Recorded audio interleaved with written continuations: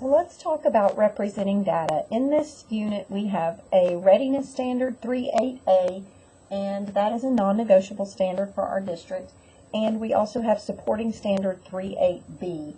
So 3.8a is supported by second grade standard 210b, where students organize a collection of data with up to 4 categories using pictographs and bar graphs with scaled intervals. Now in first grade, 1.8a goes along with that. And in 1.8a, students collect, sort, and organize data using tally charts. They don't have any prior experience with dot plots. That's the new learning for third grade. Now for our problem solving standard, which is 3.8b, 210c required students to solve one-step problems with an interval of 1. So definitely a higher rigor in third grade than was required in prior grades, which we're not surprised by that.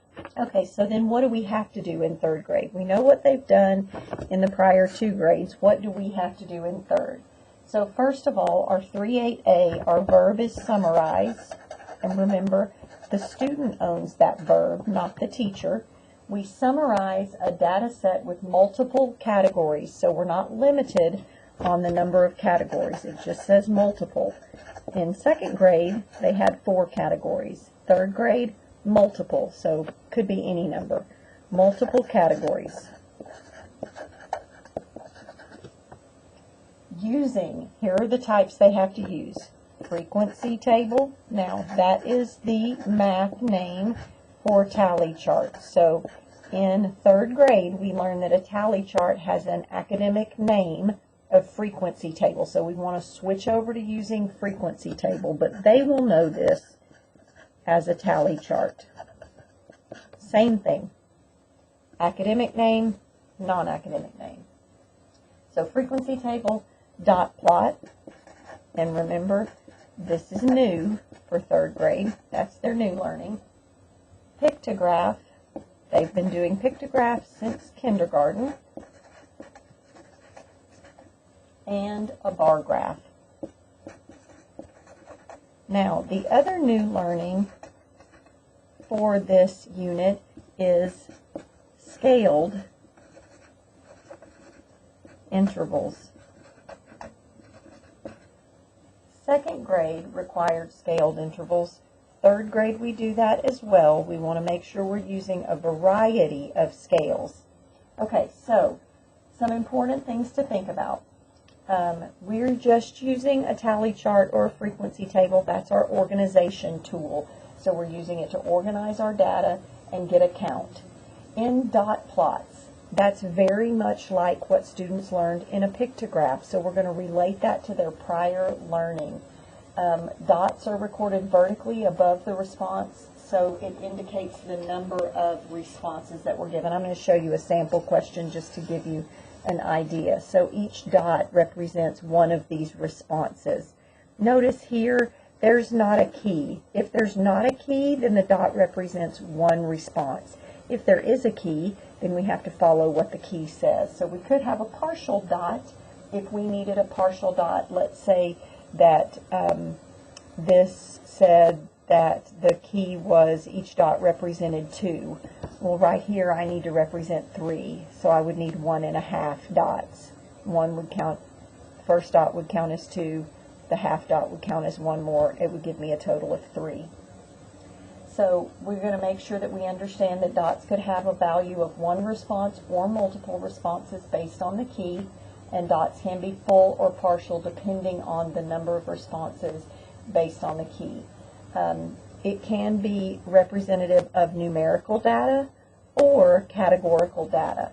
So it could be representing these numbers in this case, like a number line, or this could have been colors, and it could have been votes for colors, and we would have blue, red, green, and it could represent that way as well. Okay, pictograph. I printed this question just because it has all of the different types of graphs on here that we need to look at. So what do we need to know about a pictograph? Symbols are used to represent the frequency of a response. So here, symbols can have a value of 1, or it can have a value higher than that, depending on what we need. Like here, the symbol means 12. Here, the symbol means 6. Notice that this symbol is a half of a symbol, so students would need to know what's half of 12 to be able to figure out, what does this represent? What does this represent? And then, of course, you're always going to have a key. If there's not a key, the symbol represents 1. Pictographs, bar graphs, any of these types of graphs can be vertical or horizontal. So we want to make sure we're exposing kids to a variety of different graphs. Okay, looking at our bar graph. Our bar graph scales can have an interval of 1, or it can have more than 1 as the interval. Notice our teacher said scaled intervals. So here I would ask students, what do you think the interval is? They're going to say 8, but the interval is 4. Notice there's a line between the 0 and the 8, so the interval here would be 4, not 8. And students should think about the scale as just a number line. This is just a number line, and we have to think about what we're counting by. Again, they can be vertical or horizontal, and the bars may end between 2. Look at that. That's a tough one. They can end between 2 of the intervals. So here, if I think about this line is 44, and this line is 48, so I have to think about what's halfway between 44 and 48. And this isn't labeled. So we want to teach kids label, label, label. If it's not labeled, you're responsible for labeling it. So we want to make sure we teach those good habits. When we look at 3.8b, we're talking about our problem-solving unit, or sorry, problem-solving standard. So let's see what that says for third graders. For third graders, they are responsible for solving 1- and 2-step problems,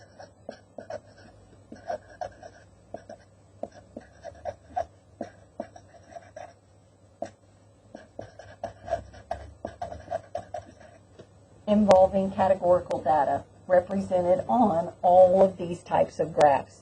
So it could be on any of these types of graphs to be able to solve problems related to that. Now, 1-step or 2-step, what does that look like? Well, I printed the 4. Remember, this is a supporting standard, so it's not tested every year. But I did print the 4 times it has been tested, and I want to look at, let me see if I can zoom out a little bit. Let's see, that probably zooms in. Let's see, here we go. There, we can get them all on one page. What do you notice about these? It's been tested 4 times. What are you seeing here? Well, I'm seeing that only 1 time has this been tested as multiple choice. We have to remember that in third grade, because our griddable is 3 places, it really limits the standards that can be tested on a griddable or numerical response. Because of that, some standards we see tested on a numerical response more often than others. And in our data unit, that's the case. So our problem-solving TEAC for our data unit, 3 out of the 4 times it's been tested has been tested on a griddable. So we want to make sure we're providing lots of opportunities to do open-ended questions with this. We shouldn't always give multiple choice questions.